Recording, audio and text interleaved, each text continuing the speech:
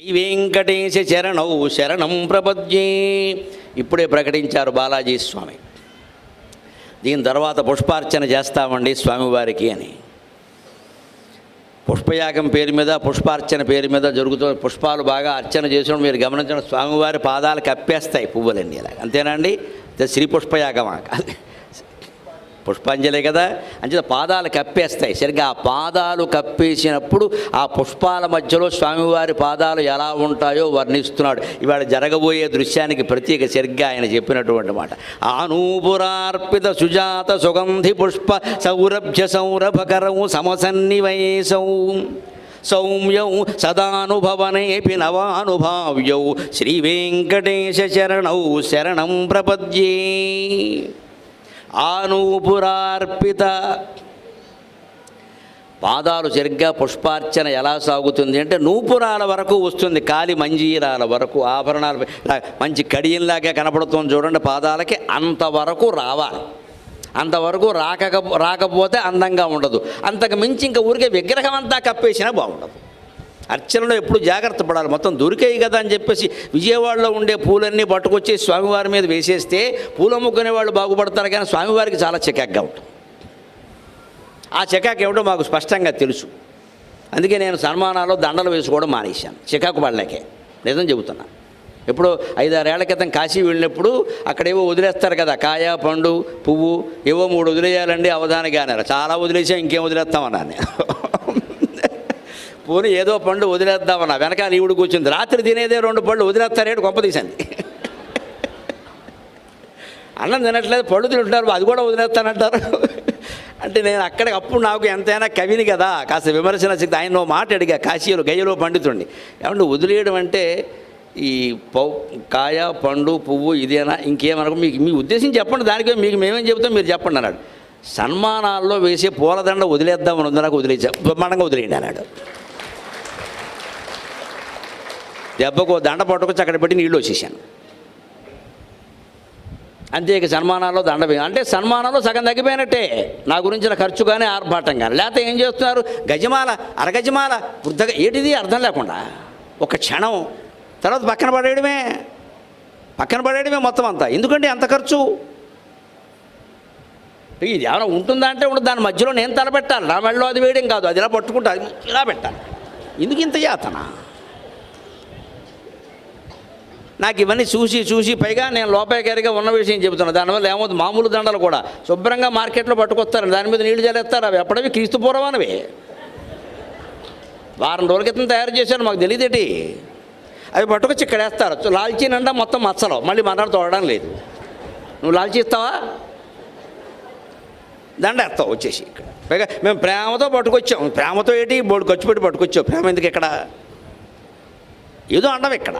ఈ ప్రేమ అర్థం లేదండి. ఇది ప్రేమ అభిమానం ఉంటే నేను మొహమాటం లేకుండా చెబుతున్నానమ్మా, నేను చెప్పినట్టు చేయండి. నాతో సాంగత్యాన్ని కోరుకోకండి, నాకు సన్మానాలు చేయాలని అనుకోకండి. నాతో ఫోటో దిగుతున్నారంటే మీకు నా మీద ప్రేమ లేదని లెక్క. నేను మొహమాటం లేకుండా చెబుతున్నా. మీరు ఫోటో ఎందుకు కోరుకుంటున్నారు అసలు? సూటి ప్రశ్న. మీరు ఫోటో ఎందుకు కోరుకుంటున్నారండి?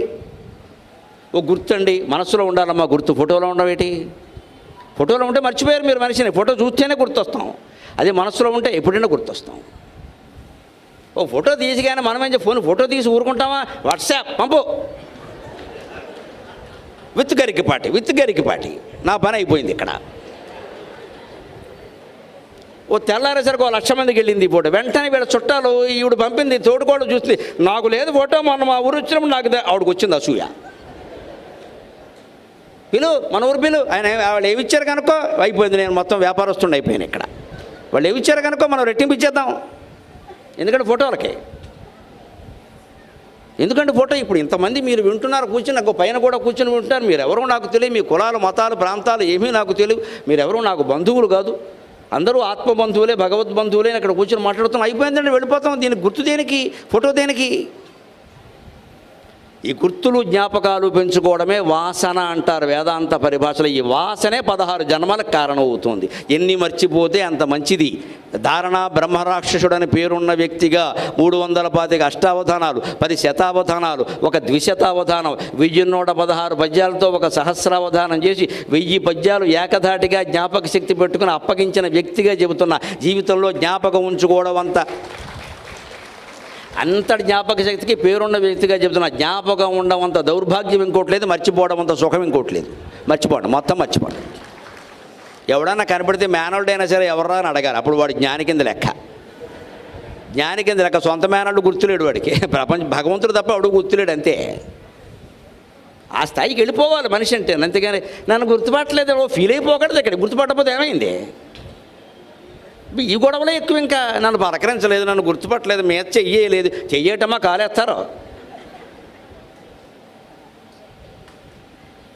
లేకపోతే ఇంకెవరన్నా కనపడదు నన్ను తీసుకెళ్ళి పరిచయం చేయండి. ఏంటి పరిచయం చేసి వేరే ఘంటసాల బాలసుబ్రహ్మణ్యమా?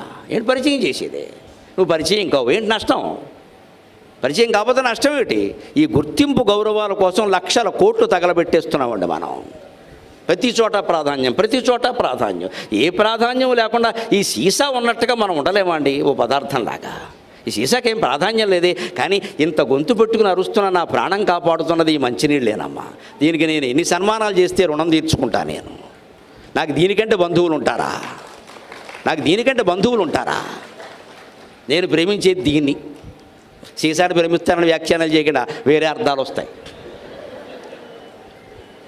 గంటల ప్రవచనంలో నాకు ఉపయోగపడేది ఇది. మీరెవరు ఇంక మిగిలినంతా నాకు అనవసరమైన వ్యవహారం. అది ఉంచండిపోతుంది, ఇది కావాలి ఇక్కడ.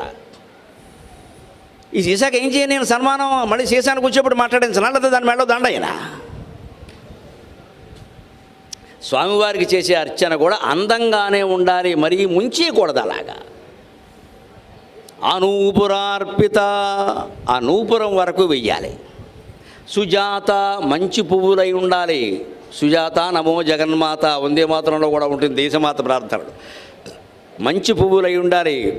దొరికిన ఎక్కడో దొరికిన పట్టుకొచ్చి పెట్టేకూడదు. సుజాత సుగంధ పుష్ప, సుగంధం వెదజల్లుతూ ఉండాలి.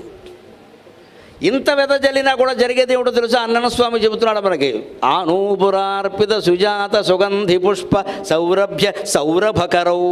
ఇంత చేసినా కూడా పువ్వులు ఏమనుకుంటున్నాయంటే మా సొగసెంత, మా సుగంధం ఎంత, మా మృదుత్వం ఎంత, ఈ పాదాల నుంచి అందము మృదుత్వము సుగంధం మాకు వస్తుంది, అందువల్ల మేము బాగున్నాం అనుకుంటున్నాడు. స్వామివారి పాదాలు అంత గొప్ప. ఇది కవిత్వం, ఇది కవిత్వం. ఊరికే ఈ పువ్వులు వేస్తే ఈ ఫలితం, ఈ పువ్వులు వేస్తే ఈ ఫలితం అంటే శాస్త్రం. అది నిజమైన శాస్త్రమో కూడా చెప్పలేము. కవిత్వం ఎలా ఉంటుంది అంటే అసలు పువ్వుల వల్ల స్వామివారి పాదాలకు సుగంధం రాలేదు, స్వామివారి పాదాల వల్లే పువ్వులకు సుగంధం వచ్చింది. పువ్వుల వల్ల స్వామివారి పాదాలకి మృదుత్వం రాలేదు, ఆయన పాదాల వల్లే పువ్వులకి మృదుత్వం వచ్చింది. పువ్వుల వల్ల స్వామివారి పాదాలకి తేజస్సు రాలేదు, ఆయన పాదాల వల్లే పువ్వులకి తేజస్సు వచ్చింది. సౌరభ్య సౌరభకరవు, సౌరభ్యానికి సౌరభాన్ని కలిగిస్తున్నాయి ఆయన పాదాలు. సమసన్నివేశవు శర్గ, ఇక్కడ ఎనాటమీ శరీర నిర్మాణం. సమసన్నివేశవు, ఆ 2 పాదాలు చూడండి సమానంగా ఉంటాయి. ఒక్క పాదం ఒక్క అరంగుళం కూడా పొడుగ్గా ఉండదు, 2 సమానంగా ఉంటాయి. కానీ వాస్తవంగా ఒక గొప్ప విషయం, అలా నిలబడడం విగ్రహానికి సాధ్యం అవుతుంది, మనిషికి సాధ్యం కాదు. మీరు నిలబడి చూడండి కావాలంటే. 2-3 నిమిషాల మించి 2 పాదాలు సమానంగా పెట్టి మనం నిలబడలేం. ఖచ్చితంగా ఈ కాలు ముందుకు వెళ్ళిపోతుంది, నువ్వు వద్దన్నా సరే. ఎందుకో తెలుసా? మనకి తెలియని విషయం ఎనాటమీ. పూర్వం ఆయుర్వేదంలో పతంజలి శాస్త్రంలోనే చెబుతారు ఆ విషయం. ఎనాటమీ శరీర నిర్మాణంలో మన వాళ్ళు ఎంత కృషి చేశారు. ప్రతి మనిషికి ఖచ్చితంగా కుడికాలు ఎడంకాలు కంటే పొడుగ్గా ఉంటుంది. ఎంత అంటే అంగుళంలో 6వ వంతు కావచ్చు, అది వేరే విషయం ఉంటుంది. అందుకే మనిషి 2 కాళ్ళు ఇలా పెట్టి నిలబడలేడు, ఎక్కువసేపు నిలబడి లాగేస్తాయి, వెంటనే ఇలా అంటాడు పక్కకి పెట్టి. అందుకే మనకి స్కూల్ పిల్లలను నుంచోబెట్టినప్పుడు చూడండి అటెన్షన్ అంటారు, కొద్దిసేపే, లేదా వాడు కాళ్ళు ఎత్తేస్తాడు, తర్వాత స్టాండర్డ్ ఈజ్ అంటాడు, అమ్మాయ అని కాళ్ళు చెప్పేస్తాడు. స్టాండర్డ్ ఈజ్లో ఎక్కువసేపు ఉన్నంతగా అటెన్షన్లో పిల్లలు ఉండలేరు. అందుకే హెడ్ మాస్టర్ ఏమైనా ప్రకటనలు చేయదలుచుకుంటే, ఏమైనా ఉపన్యాసాలు వదలుచుకుంటే పిల్లల్ని స్టాండర్డ్ ఈజ్లో పెట్టాలి. అటెన్షన్లో పెడితే వాడు వచ్చి మీద పడతాడు, తెచ్చి స్పృహత పడిపోతాడు, ఉండలేడు. ఇదే సమసన్నివేశవు. అలా పాదాలు సమానంగా పెట్టి ఉండగలగడం అనేది భగవంతుడికి సాధ్యం అవుతుంది, మనకి సాధ్యం అయ్యేది కాదు. సమసన్నివేశవు, అందంగా ఉండాలంటే అలాగే ఉండాలి. సౌరభ్య సౌరభకరవు సమసన్నివేశవు సౌమ్యవు, సుమాల్లాగే పువ్వులతో అర్చన చేయడం వల్ల కాదు, నిజంగానే పువ్వులు సౌమ్యవు అవి కూడా పువ్వుల్లాగే ఉంటాయి, పాదపద్మాలు అంటారు కదా. అంతేకాదు సదానుభవనేపి నవానుభావ్యవు, ఎప్పుడూ చూస్తున్నా సరే మళ్ళీ మళ్ళీ కొత్తగా ఉంటాయండి స్వామివారి పాదాలు. మీరు గమనించండి. లేకపోతే తిరుపతి అన్నిసార్లు ఎందుకు అడుగుతున్నాం, గుళ్ళోకి అన్నిసార్లు ఎందుకు వస్తున్నాం, ఎంతసేపు చూపిస్తే అంతసేపు ఎందుకు చూస్తున్నాం, ఆ చూపించడానికి టిక్కెట్లు ఎందుకు కొంటున్నాం, అందులో మళ్ళీ దొంగ టికెట్లు కూడా ఎందుకు కొంటున్నాం, ఇంత వ్యామోహం ఎందుకు వస్తుంది? ఏదో ఉంది కదా అక్కడ, లేకపోతే రాదుగా. ఒక సినిమాకి బ్లాక్లో టికెట్లు అమ్మారంటే అర్థం ఏంటో తెలుసా? మనమేదో బ్లాక్లో టికెట్లు అనుకుంటాం, సినిమా హీరో అది మన లేవిలేది, మరి మనకు బ్లాక్లో టికెట్లు అమ్మారంటే అసలు టికెట్లే ఉండలేదనుకోండి, ఆ హీరో గారు జీరో అయిపోయినట్టే లెక్క. బ్లాక్లో టికెట్లు కొంటున్నాడు అంటే దానికి ఏదో డిమాండ్ ఉన్నట్టే కదా. అందుకని సౌమ్యవు సదానుభవనేపి నవానుభావ్యో, మళ్ళీ చూసినా సరే మళ్ళీ చూడాలి. సదానుభవనేపి, ఎప్పుడు చూస్తూ ఉన్నా సరే మళ్ళీ వేళేదో కొత్తగా ఉత్సవం చేస్తారంటే ఈ ఉత్సవం వేరు, ఆ పాదాలు వేరు, చూద్దాం పదండి అని మళ్ళీ పెడతాం మనం. సదానుభవనేపి నవానుభావ్యం అంటే దాని తాత్పర్యం ఏమిటి? కేవలం పాదాలు చూస్తూ కూర్చోవడం కాదు, మన మనస్సులో కూడా ఆ పాద ధ్యానాన్ని చేస్తే ఎప్పటికీ విసుగు రాదండి. మనకి ఏవో కబుర్లు చెప్పుకుంటాం, లేకపోతే ఫోన్ తీస్తాం, లేకపోతే పుస్తకాలు చదువుతాం, లేకపోతే టీవీ చూస్తాం, ఇవన్నిటి వల్ల కాలక్షేపం చేస్తామో మనం. కాలక్షేపం లేదంటాం. మాట్లాడకుండా మనస్సులో భగవన్నామస్మరణ చేయండి. ఒక్కటే పంతం, ఒక్కటే పట్టుదల. శంకరాచార్య వివేక చూడామణిలో చెప్పినట్టే లక్ష్యచ్యుతం చేద్యది చిత్తమీషద్ బహిర్గతం సన్నిపతే తతస్తతః ప్రమాదత ప్రచ్యుత కేళికందుక సోపాన పంక్తౌ పతితో యథా తథా.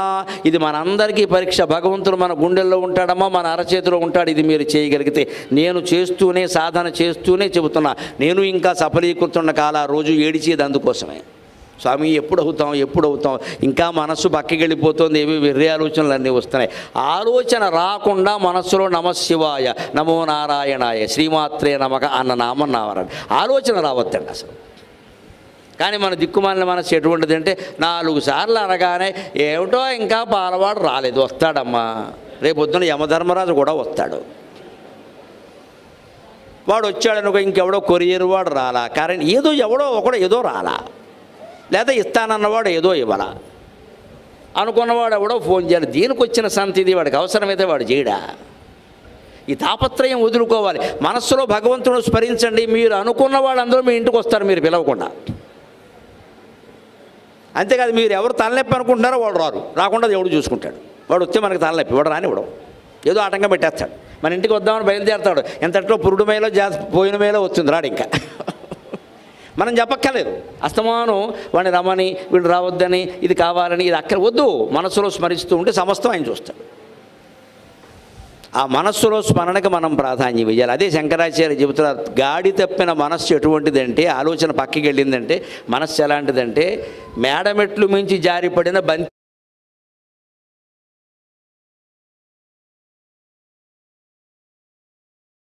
లాంటిది అన్నాడు ఆయన. ప్రమాదత ప్రచ్యుత కేళికందుక.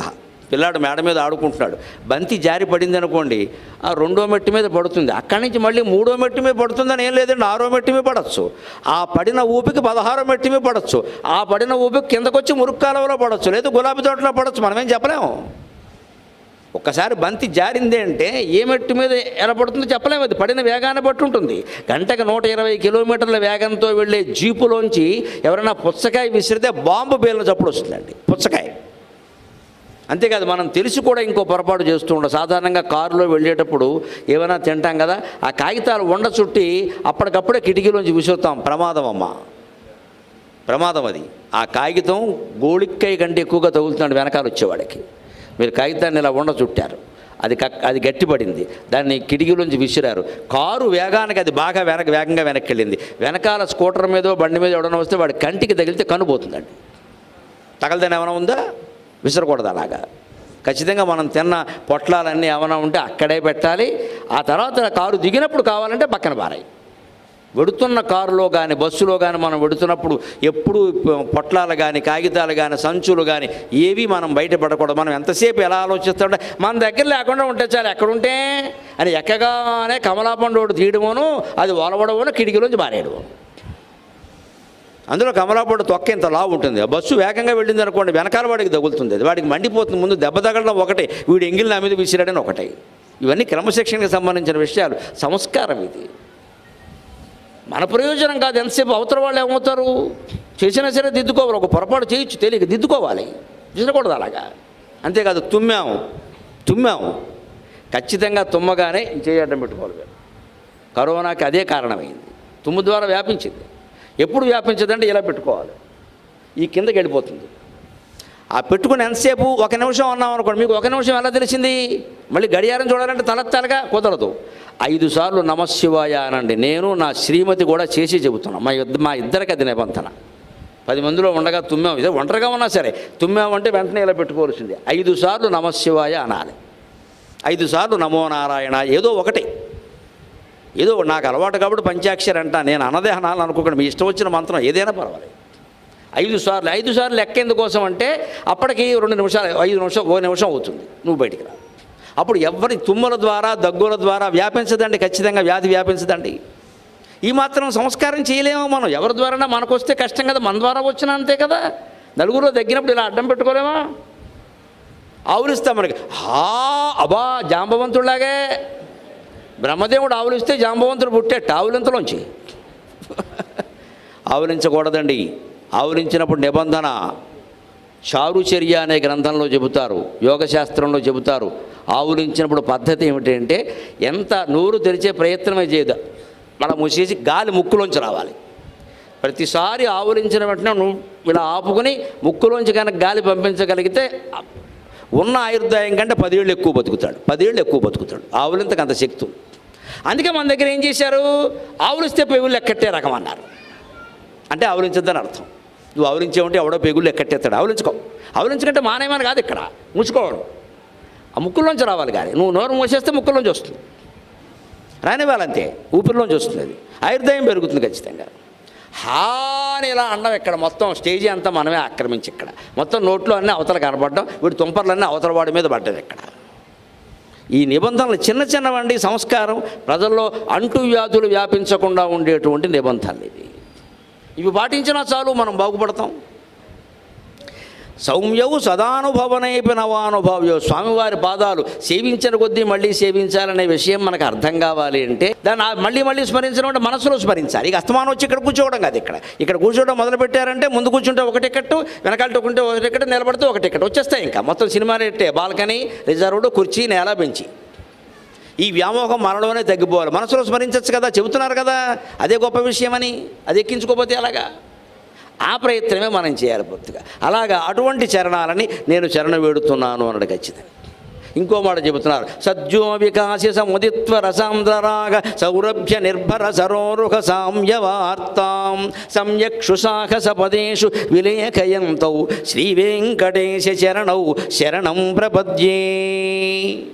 పద్మాలతోటి స్వామివారి పాదాలను పోలుస్తూ ఉంటాం కదా. పాదపద్మాలను దేవుడికి కాదని మనం గౌరవించే వ్యక్తులకు కూడా వాడతాం. మా గురువుగారి పాదపద్మాలు అంటాం. మన కాళ్ళు మనం శుభ్రం చేసుకోవాలి ఖచ్చితంగా. ఎవరో చిన్నపిల్లలు పాదాభవందనం చేస్తారు, వాళ్ళకేం అంటుకోకూడదు, మృదువుగా పద్మాలలాగే ఉండాలి. అంటే కాళ్ళు కడుక్కున్నామంటే ఓ గుడ్డ ప్రత్యేకంగా పెట్టుకుని తుడుచుకోవాలి. మొహం తుడుచుకునే తువ్వాలతో కాళ్ళు తుడిచేయకూడదు, దానికి ఒక గుడ్డ ప్రత్యేకంగా పెట్టుకోవాలి. అది ఎప్పుడు ఆరుతూ ఉండాలి. గోళ్ళు ఎప్పటికప్పుడు తీసేసుకోవాలి. నెలకోసారి మంగళవారం, శుక్రవారం, అమావాస్య కాకుండా కాస్త పొద్దున్న ఎప్పుడో స్నానానికి ముందు కూర్చొని గోళ్ళు తీసేసుకోవాలి. గోళ్ళు అలా పెరిగాయంటే మట్టి చేరుతుంది, కాళ్ళు పాడైపోతాయి, పాదాలు పాడైపోతాయి. గోళ్ళు తీసుకోవాలి, శుభ్రంగా ఉండాలి. అప్పుడు మన పాదాలు కూడా స్వామివారి పాదాలు అంత గొప్పవి కాకపోయినా ఆరోగ్యంగా అందంగా ఉంటాయండి, ఉంచుకోవాలి కదా. ఎప్పుడు మృదువుగా కాంతివంతంగా ఉండాలి. ఆ పద్మాలతో పోలుస్తారు, కానీ పద్మాలకి స్వామివారి పాదాలకి పోలిక లేదుట. సుప్రభాతకర్త చెబుతున్నాడు, సజ్జో వికాసి. మా స్వామివారి పాదాలు వెంటనే అందరినీ అనుగ్రహిస్తాయి, అంటే వెంటనే వికసిస్తున్నాయి. పద్మం అంత వెంటనే వికసించదండి, సూర్యకాంతి పడాలని దానికి ఒక లక్షణం ఉంది. సూర్యకాంతి పడితేనే పద్మం వికసిస్తుంది, చంద్రకాంతికి అది వికసించదు. మనం బట్టికెళ్ళి పట్టకారు పెట్టి ఇలా అన్నా వికసించదు, అది రాలిపోతుంది. దానంతటా అది వికసించాలంటే సూర్యకాంతి పడాలి. అంచేత మా స్వామివారి పాదాలు వాటంతటవే వికసిస్తాయండి. అంచేత పద్మాల కంటే గొప్పవి. సముదిత్వర సాంద్రరాగ సౌరభ్య నిర్భర సరోరుహ సామ్యవార్తాం. సముదిత్వర ఉదయించడం ఉత్పత్తి విషయంలో కూడా ఒక చెరువులో కొన్ని పద్మాలే ఉంటాయి, ఎక్కువ పద్మాలు ఉండవు. స్వామివారి పాదాలు వ్యాపించని చోటు లేదు. వెంకటేశ్వరమయం, ప్రపంచమంతా కూడా భగవన్మయం. భగవన్మయం అంటే పాదాలు అన్ని చోట్ల వ్యాపించాయి. అన్ని చోట్ల తామరపూలు లేవు కదండి, చెరువులోనే ఉంటాయి. అది కూడా కొన్ని చెరువుల్లోనే ఉంటాయి. నాచు బాగా పెరిగిందంటే ఉండడం కష్టమే, మళ్ళీ తీసేయాల్సి. గుర్రపడెక్క పెరగడం మొదలెట్టిందంటే తామరపూలు ఉండవు, ఇంకా గుర్రపడెక్కే ఉంటుంది. స్వామివారి పాదాలు అలా కాదు, ఎక్కడ భక్తులు ఉంటే అక్కడ ఉంటుంది. అందుకని ఎప్పుడూ వికసిస్తాయి స్వామివారి పాదాలు. ఎక్కువ ఉత్పత్తి కూడా ఎక్కువ జరుగుతుంది. సముదిత్వర సాంద్రరాగ నీ సౌరభ్యము బాగా ఎర్రగా ఉంటాయి. పద్మాల కంటే కూడా స్వామివారి పాదాలు ఎర్రగా ఉంటాయి. ఎందుకంటే అంత ఎర్రగా ఉండే లక్ష్మీదేవి ఆ పాదసేవ చేసింది. సరస్వతీదేవి తెల్లగా ఉంటుంది, లక్ష్మీదేవి ఎర్రగా ఉంటుంది, పార్వతీదేవి నల్లగా ఉంటుంది. ఏ రంగు తక్కువది కాదు. అంచేత పెళ్లి కూతురు ఎంచుకునేటప్పుడు ఎరుపు తెలుపు అని మాట్లాడకూడదు, నలుపైన ఎంచుకోవాలి. పార్వతీదేవి రంగులు. గౌరీదేవి మన ఇంట్లో ఉన్నట్టే నల్లటి కోడలు ఇంట్లో ఉందంటే, అందుకని ఆ అమ్మాయి నల్లగా ఉంది అయినా కానీ చేసుకొని ఇంత పొడిగేదో దేశ సేవ చేసినట్టు మాట్లాడక్కర్లేదు. ఇక్కడ అక్కడికి ఏదో పెద్ద పోజు కొట్టేయాలి. ఇక్కడ అవసరం లేదమ్మా. నల్లగా ఉంటే కళ్ళు చూడండి మీరు, కళ్ళల్లో కాంతి ఎప్పుడు అమ్మాయిలైనా అబ్బాయిలైనా తెలుపు నలుపు కళ్ళల్లో ఉండాలండి. ఆ కళ్ళల్లో ఒక తేజస్సు ఉంటుంది, చాలు. ఇంకేం కళ్ళ కలువ కళ్ళు అంటారు. కలువ నల్లగానే ఉంటుంది. ఆ తేజస్సు కాస్త గడపలో కాలు పెట్టాక మంచి లక్షణం, సర్దుకుపోగలిగే లక్షణం. ఇవి మనం చూడాలి కానీ నలుపు తెలుపు పొడుగు పొట్టి పెద్ద విషయం కాదు. ఏదో ఉంటారు, ఎరగోలా ఉంటారు, వాళ్ళకి పెళ్ళిళ్ళు అవుద్దా? సాంద్రరాగ సౌరభ్య నిర్భర సరోరుహ సామ్యవార్తం. అంత ఎరుపుదనం స్వామివారి పాదాలకు ఉండే అంత ఎరుపుదనం ఆ పాదాలకి లేదండి, ఆ పద్మాలకి లేదండి. పాదాలు ఎరుపు అంటారు ఏమిటండి? వెంకటేశ్వర స్వామి నలుపు కదా అనుకోకండి. అన్నన స్వామి తక్కువవాడు కాదు. ఏ భాగం ఎరుపు? అరికాలు ఎరుపు. పాదం పైన నల్లగానే ఉంటుంది, అరికాలు ఎర్రగా ఉంటుంది. అరికాలు ఎర్రగా ఎందుకు ఉంటుందో, పై భాగం నల్లగా ఎందుకు ఉంటుందో, ఆయన గోళ్ళు చంద్రరేఖల్లా ఎందుకు ఉంటాయి తర్వాత చెబుతాడు. ఎక్కడా వదిలిపెట్టడండి. కవిత్వంలో తర్కానికి లోటు లేదు. ఔచిత్యరహితమైన మాట సుప్రభాతకర్త వాడాడు. ఔచిత్యం చూడాలి కదా. స్వామివారి పాదాలు ఎర్రగా ఉంటే నవ్వు వస్తుంది, ఆయన నల్లగా ఉంటాడు. పాదాలు ఎర్రగా ఉంటాయేంటి? పాదాల అడుగు భాగం అరికాలు అంటే మన అరికాళ్ళు కూడా మనం మంచం మీద పడుకున్నప్పుడు ఎవరైనా ఆ చివర ఉండి అరికాళ్ళు చూస్తే శుభ్రంగా ఉండాలి. అంతేగాని మొత్తం తాటిమట్ట గీకేసినట్టు ఉండకూడదు. ఆ పాదాలు చచ్చిపోతున్నాం చూడలేక ఆ పాదాలు చూడగానే దండం పెడదాం అనిపించాలి. అంటే ఎప్పటికప్పుడు కడుక్కోవాలి, ఎప్పటికప్పుడు తుడుచుకోవాలి శుభ్రంగా. వేళ్ల మధ్యలో కూడా తుడుచుకోవాలి. అప్పుడు ఈ నెరిసిపోవడం అని వ్యాధులు రావడం ఉండకుండా ఉంటుంది. దానికోసం ఓ గుడ్డ ఉండాలి ప్రత్యేకంగా. చేతులు తుడిచిన గుడ్డతో అది తుడిచేకూడదు. ఆ మాత్రం చేయలేమా? ఇన్ని రకాలు పెట్టుకున్నాం. ఇంటి నిండా చీరలు పంచెలు గొట్టాలు ప్యాంట్లు ఉంటాయి కదా, 1000 ఏం రెండు గుడ్డలు పెట్టుకోలేమేంటి? ఇక్కడ ఎక్కడికెక్కడ దేన్ని తోడవడానికి దానికి ఒక గుడ్డ ప్రత్యేకంగా ఉంటేనే వంటిల్లు హాలు అన్నీ బాగుంటాయమ్మా. దానికి ఉండాలి, దాని లెక్క దానికి ఉండాలి. అప్పుడు అందుకే అవి బాగుంటాయి, భక్తులు సేవిస్తారు కాబట్టి. ఇప్పుడు ఏమంటున్నారంటే సంయక్షు సాహసపదేషు విలేఖయంతో ఇన్ని రకాల లోపాలు ఉన్నాయి పద్మాల్లో. మా స్వామివారి పాదాల్లాగా వెంటనే వికసించవు, అందరినీ కాపాడవు, అంత కాంతిగా ఉండవు, అంత ఎర్రగా ఉండవు. వాటిని పట్టుకుని పాదాలతో పోలుస్తారేమిటా? ఇది సాహసం కాదా అంటే భక్తుడు ఏమంటున్నాడు అంటే, స్వామి అంతకంటే పోల్చడానికి నాకేం కనపడలేదయ్యా, ఏం చేయమంటావు నన్ను? లోకంలో ఉన్న ఏదో వస్తువుతో పోల్చాలి కదా. లోకంలో ఏది నీతో సరిపోదు, నువ్వు లోకాతీతుడివి. లోకంబులు లోకేశులు లోకస్థులు తెగిన తుదిని అలోకంబగు పెంచీకటికి అవ్వాలనెవ్వడు ఏకాకృతి వెలుంగుని అతననే సేవింతును. లోకానికి అతీతంగా ఉండేవాడిని మరి చెప్పాలి అంటే లోకంలోది మనకు తెలుసున్నది లోకం ఒకటే కదండి. లోకమ్ము వీడి రసమ్ము లేదు అన్నాడు విశ్వనాథ్ వారు. మనం చెప్పిన విషయాలు ఎక్కడి నుంచి వస్తాయి? లోకం నుంచే వస్తాయి. మనకు అంతకంటే ఏం తెలియదు కదా. అందుకని మాకు ఇదే తెలుసును కాబట్టి మేము పోలుస్తున్నాము అంటే సరే కానీ ఒప్పుకున్నాం అన్నాడు ఆయన వెంటనే. అది ఒప్పుకోవడం అంటే వెంటనే అలాంటి దివ్యమైనటువంటి పాద శ్రీ వెంకటేశ చరణౌ శరణం ప్రపద్యే.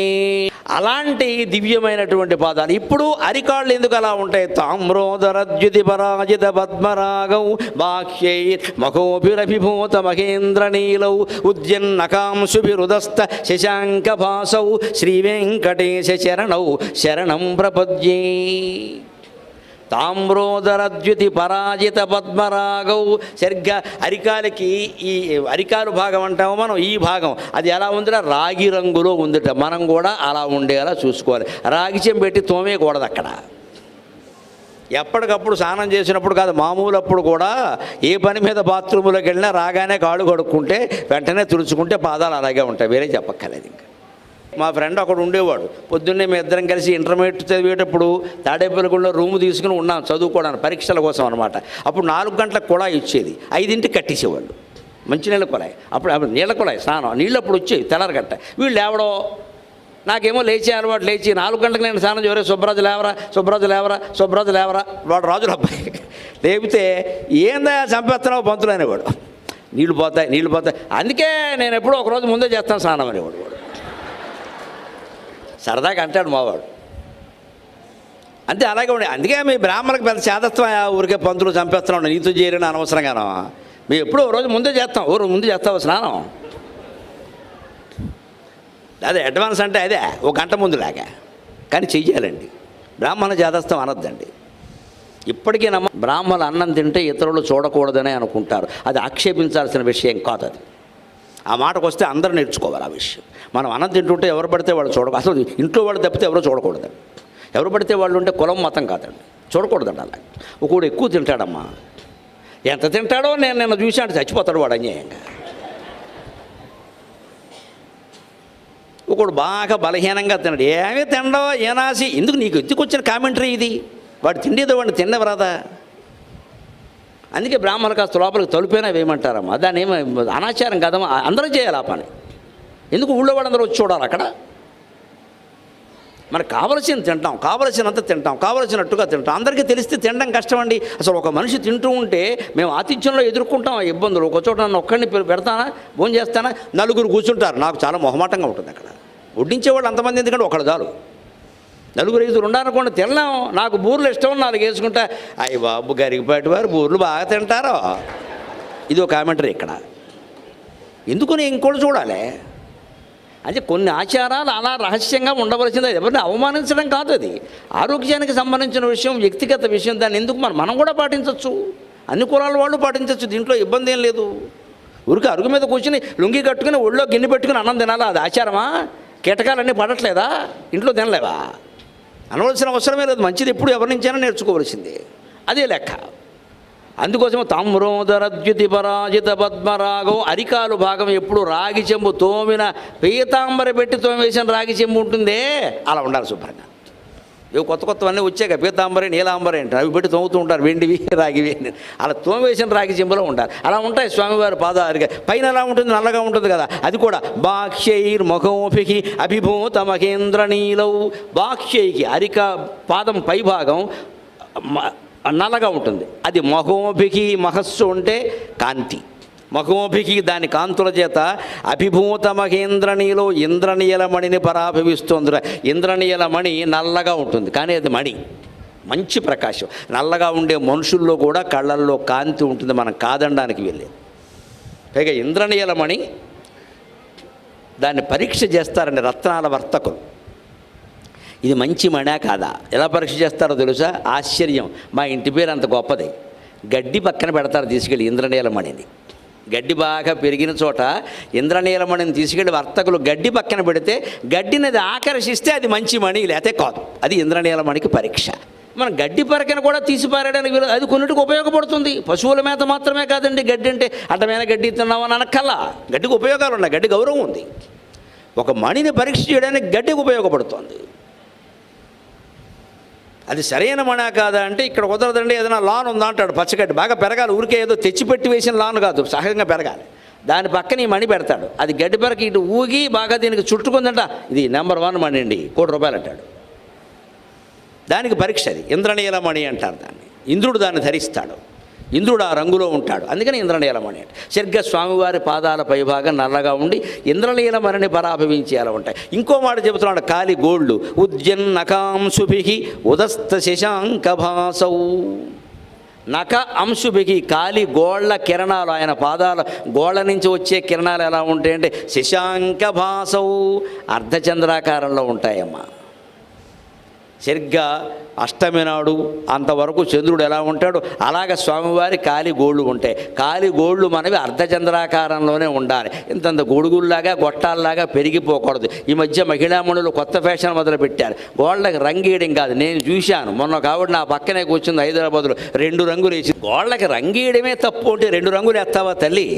పైగా నా పక్కన కూర్చుంటావు వచ్చి ఇక్కడ. నేను తరచు మాట్లాడేవే ఈ మాటలు. నా పక్కన కూర్చుని మళ్ళీ మీ ప్రవచనాలు మేము వింటున్నాం, మరి గోళ్ళ రంగేటి? పైగా నా పక్కన కూర్చుని. ఇది విచిత్రమని నాకు లోకం అర్థం కాదండి ఎప్పటికీ. ఇది నా ప్రవచనాలు వింటున్నామంటారు, బాగా అభిమానిస్తామంటారు, మీరు చెప్పినవి చేయరు. ఏమనంటే నా గోల్డ్ బంగారపు గోల్డ్ చేసేస్తారు. మీరు గోల్డ్ ఇచ్చేసి మీకు సన్మానం చేస్తాం, చచ్చినా మీరు చెప్పినట్టు వినా, ఎందుకంటే మాకు ఇష్టం లేదు. చివరికి మేమేం చేయాలి? మీకు ఇష్టమైనవి చెప్పాలి. ఈ ధోరణిలోనే మార్పు రావాలండి.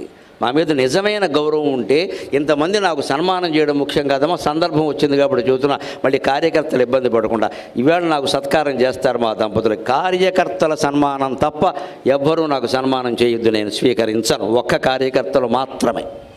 అందుకని దొరికారు కదా ఒకటి కప్పేసి ఫోటో దిగడం విచిత్రం చూసాం. మన్నాడు జిల్లా అనుబంధంలో మా సంస్థకు వచ్చి ఆశీర్వదించిన నేను వెళ్ళదు అక్కడికి, నా రూమ్లో నేను ఉన్నాను. ఈ ఫోటో పెట్టేశాను అందులో. అది కుల సంఘం. నాకు చికాకు అసలు కుల సంఘాలంటే నేను వెళ్ళను అసలు. నేను పిలిస్తే వెళ్ళండి. ఏ కులం పేరు మీద నన్ను పిలవకుండా దయచేసి. మనుషులందరూ కలిసి సమావేశం పెట్టుకుంటే పిలవండమ్మా. అన్ని కులాలు కుల సంఘాలు రద్దు అయితేనే ప్రపంచం బాగుంటుంది. నా పేక తీసేసినా సరే ఈ మాట మాట్లాడతా. కుల సంఘాలు ఉన్నంత వరకు ప్రపంచం బాగుంటుంది. కుల సంఘంలో ఉన్న కుల సంఘం నాయకుడు అని చెప్పుకోవడం సిగ్గుపడాలి ఖచ్చితంగా. అది గర్వించాల్సిన విషయం కాదు. అది మనం కలిసి ఉండాల్సింది కులం పేరు మీద కాదు. కుల సంఘాలు మనం కార్తీక మాసంలో కూడా కులంతోనే భోజనం చేస్తాం. మనం దేశం బాగుండాలి. ఎందుకు బాగుంటుందండి? కుల సంఘం పేరు మీద నాకు సన్మానం చేస్తారు. వెంకటేశ్వర స్వామిది ఏ కులం? పద్మావతీ దేవిది ఏ కులం? అందరం కలిసి పూజ చేస్తున్నామే. దిగేసరి కులం వచ్చేస్తుందండి. సన్మానాలు చేసేయడం, మన్నాడు పెట్టేసేయడం, మా దగ్గరికి వచ్చేసారు అని చెప్పి అబద్ధం. నేను రాలేదు, ఈ ఫోటో పెట్టేశారు. ఎంత మాయ, ఎంత మోసం. ఇవన్నీ కలిగేనమ్మా. చాలా బాధపడి 2 ఏళ్ల క్రితం నేను మానేస్తున్నానని ప్రకటించా. ఉన్నట్టుండి చాలా రగిలిపోయాను నేను. మీకేం తెలుసు? ఆ ఇల్లాలకి తెలుసు. కన్నీళ్లు తోడింది ఆవిడ, బకెట్లతో తోడింది కన్నీళ్లు. ఎందుకంటే ఏడుస్తున్నారని ఆవిడకి తెలుసు ఎంత బాధపడ్డాను. ఎందుకు ఆ నిర్ణయం ప్రకటించాను? నాకేం ఓపిక తగ్గిపోయి ప్రకటించలేదమ్మా. 62 ఏళ్ళు నా వయసు. నాకు బీపీ లేదు, షుగర్ లేదు, జ్వరం వచ్చి 8 ఏళ్ళు అయింది. ఏ రోగానికి నా దగ్గరికి వచ్చే ధైర్యం లేదు. 100 ఏళ్ళు ప్రవచనాలు చెప్పగలను నేను, 100 ఏళ్ళు చెప్పగలను. ఎందుకు బాధ కలిగింది అంటే ఎందుకు వచ్చింది? కార్యకర్తలే కులం విడిచిపెట్టరు, గూడు పుఠాణీలు విడిచిపెట్టరు. ఎందుకు ఈ కార్యక్రమాలు పని లేక కంఠశోష తప్ప. ఇంతకంటే హాయిగా ఇంట్లో కూర్చొని ఆ జపం ఏదో నేనే చేసుకుంటే భగవంతుడు నాకు సాక్షాత్కరిస్తాడు కదా. కానీ లోపల ఆవేదన ఏమిటి అంటే మనుషులు మారరేమిటి ఎన్ని చెబుతున్నా అదే ధోరణి. పైగా మమ్మల్ని కూడా బలి చేసేయడం దానికి. మీరు రావాల్సిందేనంటే మా ఓళ్ళంతా మిమ్మల్ని రమ్మడం. ఇంకో విషయం చెబుతానంటే మొహమాటం లేకుండా మారాల్సిందే ప్రపంచం ఖచ్చితంగా. ఓ సన్యాసి నాకు ఫోన్ చేసి, స్వామీజీ ఓ 3 నెలల క్రితం అండి, మా వాళ్ళందరూ మిమ్మల్ని రమ్మంటున్నారని మీరు రావాలని. మా వాళ్ళు అంటే ఎవరండి అన్నా నేను. వాళ్ళ కులం వాళ్ళు. నేను వెంటనే గడ్డి పెట్టా. ఆ కులాన్ని వదిలిపెట్టలేనప్పుడు నీకు సన్యాసం దేనికయ్యా అని చెప్పాను నేను. సన్యాసి కులం ఏమిటండి? స్వామీజీ అంటే అందరివాడు కదా. మా ఓడు ఏమిటి? మా ఓడు అనే మాట ఉందంటే నువ్వు సన్యాసి కాదు, సన్నాసి. సన్యాసంలో కూడా మనం వదిలిపెట్టలేము ఆ కులాన్ని. సన్యాసి కులమా? మా వాళ్ళందరూ మీరు రావాలని కోరుకుంటారని మీరు వాళ్ళని ఎందుకు వదిలిపెట్టలేకపోయారండి అన్నాను నేను. అంటే ఎంతైనా మా వాళ్ళు అంటే నీకు సన్యాసం ఎందుకయ్యా? నీకు సన్యాసం కావాలో కులం కావాలో తెలుసుకో, తర్వాత నాకు ఫోన్ చేయని చెప్పా. నాకేం మొహమాటం లేదు. సమాజంలో మార్పులు రావాలంటే శుభ్రంగా ఇలా చర్నాకోలా పెట్టి కొట్టాల్సిందేనండి. నాకేం మొహమాటం. మీరు మళ్ళీ పిలవకపోయింది నాకేం బాధ లేదండి. ఆనందం. నా ఇంట్లో నేను ఉంటాను. ఈ మాటలు నచ్చిన వాళ్ళే పిలవండి, ఏం పర్వాలా. నిక్కచ్చిగా మనం ఆలోచించాల్సిందే. కులం జబ్బు వదలలేకపోతున్నామే. పెట్టేసుకుని పాకులాడిపోతున్నామే. ప్రభుత్వాలు కూడా కుల సంఘాలకి కోట్లు కేటాయించేస్తున్నారే ఓట్ల కోసం. ఇంకెక్కడ సమాజంలో సమైక్యత అండి? ఏ రకంగా? ఇది పోయినప్పుడే కదా ఆత్మ భగవంతుడు అర్థమయ్యేది. ఎక్కడి నుంచి పట్టుకుంటాం మనం ఎక్కడ? అందుకు చెబుతున్నాడు స్పష్టంగా, కాస్త ఆలోచించండి. ఎందుకు చెబుతున్నారు ఇవన్నీ? పాదాలు ఎలా ఉంటాయి, పై భాగాలు ఎలా ఉంటాయి, గోళ్ళు ఎలా ఉంటాయి, వేళ్ళు ఎలా ఉంటాయి. ఇన్ని మాటలు వింటున్నాం మనం. గోడ రంగు మానమండి. పోనీ నిజంగా ఆయన ప్రవచనాలు నేను ద్వేషిస్తా అన్న, ఆయన మోడర్నిటీ అంటే ఆయనకి నచ్చదు. మానయ్యమ్మ నువ్వు రావద్దు, వస్తావు, కూర్చుంటావు, నా పక్కనే కూర్చుంటావు, ఆ గోడతో నాకు నమస్కారాలు చేస్తావు, రంగేస్తావు. ఇక నచ్చకపోతే మానయ్య రమ్మనెవరు చెప్పారు? అంటే ఎంత లోకు కొడుతున్నారంటే వాళ్ళు చెప్తూనే ఉంటారు, మనం చెప్తూనే ఉండాలి. ఈ చెప్పడం ఎందుకంటే గొప్ప. ఈ ఇలా ఉన్నంతకాలం జడ పదార్థమే. ఈ దేశానికి భారతదేశం అని ఎందుకు పేరు వచ్చిందంటే రాముడు తమ్ముడు భరతుడితో కాదండి, శకుంతల కొడుకు భరతుడితో కాదండి. భాగవతం చదివితే తెలుస్తామా, జడ భరతుడు అని ఒక ఆయన ఉంటాడు, ఆయన వల్ల వచ్చింది ఇది. ఖచ్చితంగా అక్కడ ఉంటుంది ఈ వర్షాన్ని భారతవర్షం. నాకు అప్పుడే ఓ చమత్కారం దోచింది. ఆ జడభరతుడు వల్ల భారతదేశానికి పేరు వచ్చింది కాబట్టి భారతం కాదు జడత్వం కూడా మిగిలింది బాగా.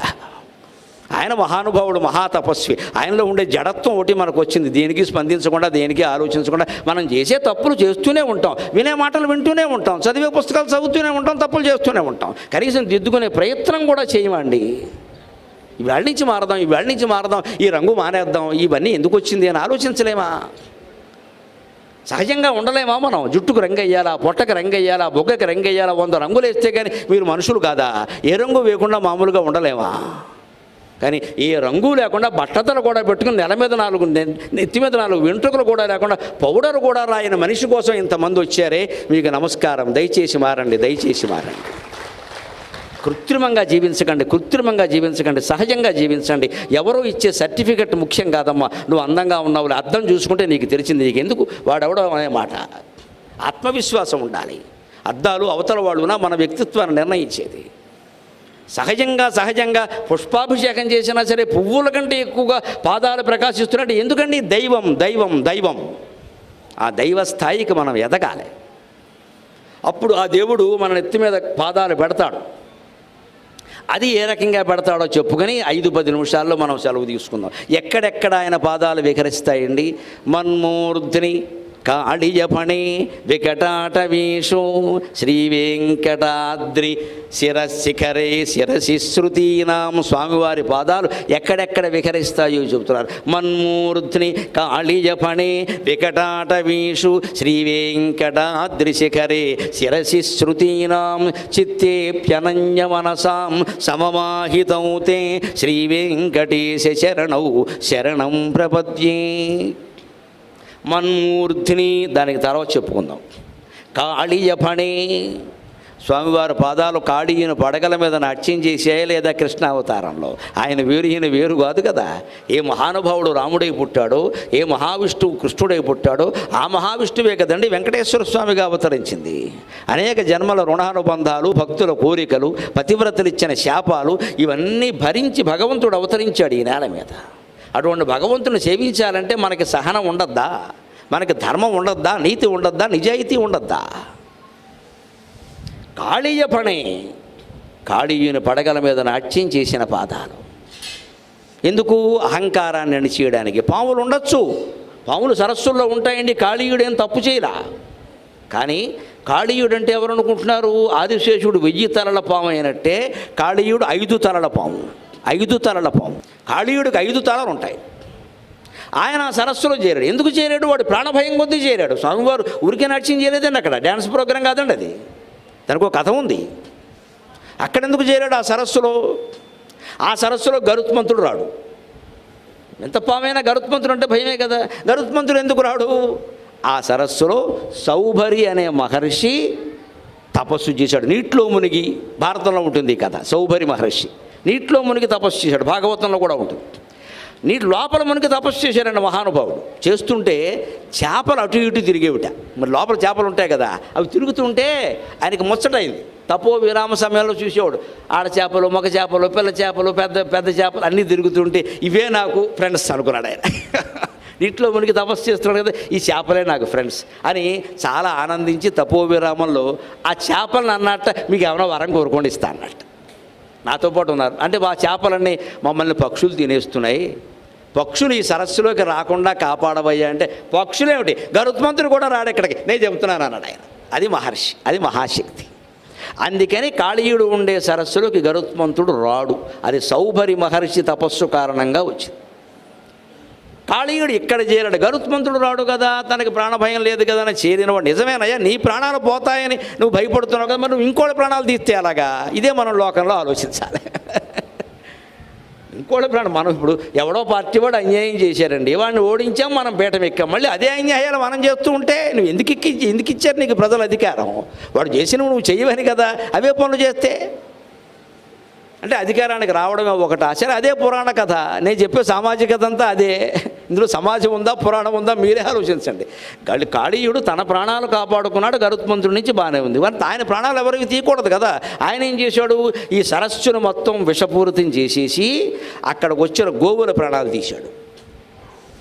దాంతో గోపాలకులందరూ గోపాలకృష్ణుడిని ఆశ్రయిస్తే, ఓ ఈ బాబు వీడు వచ్చింది ఎందుకు, చేస్తున్న పని ఏమిటి, వీడి సంగతి ఏమిటో తేలుద్దాం అని బాలకృష్ణుడు 5 ఏళ్ల పిల్లవాడమ్మ ఆయన మీదకి ఎక్కి ఆయన పొగరనిచ్చి నాట్యం చేసి చివరికి ఆయన భార్యలు వచ్చి బాబోయ్ మాకు పతిభిక్ష పెట్టు అంటే బతికించాడు. అలాంటి అహంకారం అణిచేసే పాదాలవి వెంకటేశ్వర స్వామి పాదాలంటే ఎంతసేపు కరుణొస్తాయి అనుకోదు, తొక్కేస్తాయి పట్టుకుని మనుషుల్ని. బలి చక్రవర్తిని గెంటేలేదా కిందకి. మన్మూర్తి కాళీయ పని వికటాట వీషు. అంతేకాదు, వెంకటాచల పర్వతం మీద దిగిన తర్వాత శేషాచలం అడవుల్లో సంచరించాడు. ఎప్పటికీ తిరుమల కొండల మీద స్వామివారి పాదాలు ఉండే ప్రాంతం దట్టమైన అరణ్యం అండి. ఈ మధ్య మనం వెడుతున్నాం కాబట్టి కాస్త దాన్ని బాగు చేశారు, కానీ లేకపోతే దట్టమైన అరణ్యం అది. అక్కడ సంచరించాడు.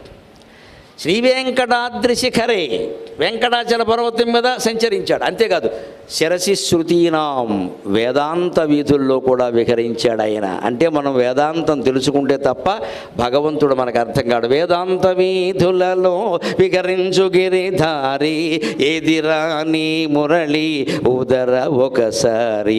వేదాంత వీధులలో విహరించు గిరిధారి శృతి సీమంత సింధూరీకృత పాదాబ్జధూళిక సకలాగమ సందోహ సుక్తి సంపుట మౌక్తిక శృతి శీర్షంబుల సంచరించడి పదశ్రోతస్సు. ఎన్ని పద్యాలు ఎన్ని శ్లోకాలైనా చెప్పచ్చు. స్వామివారు విహరించేది మన ఇళ్లల్లో కాదు, కళ్యాణ మండపంలో కాదు, ఎక్కడ వేదాంత ప్రవచనం జరుగుతుందో అక్కడ స్వామివారు విహరిస్తారు ఖచ్చితంగా. ఎందుకండి, ఇవాళ అనేక రకాల కళలు ఉన్నాయో లేదో తెలియదు. తెలుగు భాషకు కూడా ఎంత ప్రాధాన్యం ఉందో తెలియదు. కానీ తెలుగులో మాట్లాడుతుంటే మాకింత ప్రాధాన్యం ఎందుకుంది, వేదాంతం చెప్పబట్టి. ఏమిటి వేదాంతం యొక్క గొప్పతనం? మహానుభావుడు వివేకానందుడు చెబుతాడు, సామాజిక పరివర్తన అనేటువంటి ఇంజన్కి ఇంధనం ఏమిటంటే వేదాంతమే అన్నాడు ఆయన. నువ్వు వైరాగ్యాన్ని బోధించు, వేదాంతాన్ని బోధించు, మనిషిలో మార్పు వస్తుంది ఖచ్చితంగా. ఇక్కడ కొంతమంది అయినా యువతులు నాకు కనపడుతూ ఉన్నారు, ముఖ్యంగా మహిళలకి నమస్కారం పెట్టి కొడుతున్నా. వైరాగ్యాన్ని నెగిటివ్ క్వాలిటీగా చూడకండమ్మా, ఇట్ ఈజ్ పాజిటివ్ క్వాలిటీ. ఇప్పటి నుంచి వైరాగ్యం ఏమిటి, ఈ వయస్సులో వైరాగ్యం ఏమిటి, ఎన్ని వద్దనుకుంటే అలాగా. అసలు ఆ మొగుడు అనేక రకాల బంధాలు తెంచుకోవడానికి సిద్ధంగా ఉన్నాడంటే వాడు శంకరాచార్య, వాడు రామానుజాచార్య. ఎందుకు వాడిని తిడతారు అలాగా?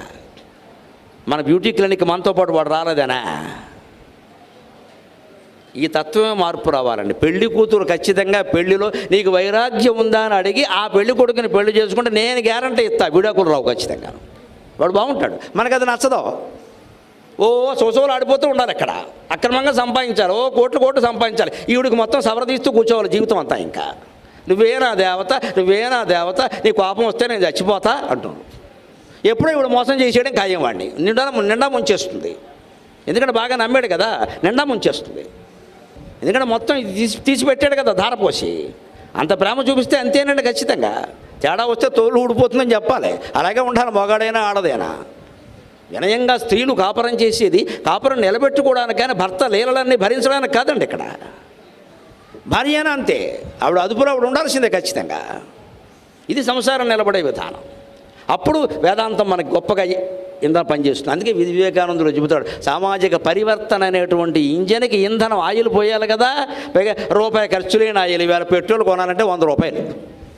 వేదాంతం వినడానికి ఎవరైనా మిమ్మల్ని 1 రూపాయి అడిగారా? ఎవరైనా 1 రూపాయి అడగల. ఇక్కడ కుర్చీలు ఏర్పాటు చేశారు, ఎవరో దాన ధర్మాలు చేశారు, విరాళాలు ఇచ్చారు మహానుభావులు, మీరంతా కూర్చుని వింటున్నారు, నేను వచ్చి మాట్లాడుతున్నా. 1 రూపాయి ఖర్చు లేకుండా 100 రూపాయలు పెట్రోల్ లాగా మనకి పెట్రోల్, వేదాంతం అనే పెట్రోల్ పడుతుంది. ఇక్కడ మన ఇంజన్ సామాజిక పరివర్తన వచ్చి తీరాలి ఖచ్చితంగా. అది మనలో ఉంటే వస్తుంది. ఏ వ్యక్తికి ఆ వ్యక్తి ఆలోచించాలి.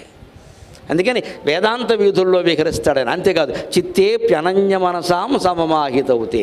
ఎప్పుడూ నిరంతరం మనస్సులో ఎవరు స్మరిస్తూ ఉంటారో వారి మనస్సులో కూడా భగవంతుడు ఉంటాడు ఖచ్చితంగా. చిట్ట చివరిగా మనం చెప్పుకునే మాట అది. మనస్సులో స్మరణ. నేను ఎక్కడ ఏ ప్రవచనం చెప్పినా దీన్నే చాలా ప్రధానంగా చెబుతాయి. ఎందుకంటే మీరు పూజ చేయాలంటే గుడికి వెళ్ళాలి, అభిషేకం చేయాలంటే పవిత్రమైన ఉదకం తీసుకోవాలి, ఏ అర్చన చేయాలన్నా కొంత శ్రమ ఉంది, కొంత ఖర్చు ఉంది. మీ ఇంట్లో మీరు కూర్చుని నమశివాయ నమో నారాయణ అనడానికి ఏమైనా ఖర్చు ఉందా? సమయం ఒకటే. పోనీ ఆ సమయంలో మనం అంతకంటే గొప్ప పనులు ఏమైనా చేసామా? పనికిమాలిన పనులేక మనం చేసేది.